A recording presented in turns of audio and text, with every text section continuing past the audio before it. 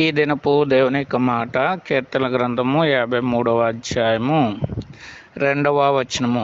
దేవుడు ఆకాశము నుండి చూసి, దేవుడు ఆకాశమందు ఆసీనుడై ఉన్నాడు. భూమి మీద నరులు చేసే ప్రతిదీ కూడా ఆయన చూస్తున్నటువంటి దేవుడుగా ఉన్నాడు. ఆగరు కూడా ఈ సత్యాన్ని ఎరిగి చూసుచున్న దేవుడు అని ఆ దేవునికి పేరు పెట్టినట్లుగా మనం చూడగలుగుతున్నాం. కాబట్టి దేవుడు సమస్తము చూస్తున్నటువంటి వాడు. మనం చేసేటువంటి ప్రతి క్రియ, ప్రతి మాట, ప్రతి ప్రవర్తన ఆయన చూసినటువంటి వాడు ఉన్నాడు. దీనిని బట్టి ఒకనొక దినాన్ని దేవుడు తీర్పు తీర్చేవాడుగా ఉన్నాడు. అనేక మార్లు మానవుడు చేస్తున్నటువంటి పనులకు సరైన శిక్ష వెంటనే రాకపోవడం, ఇంకనూ దుర్మార్గాలు చేసేవాడుగా ఉన్నాడు.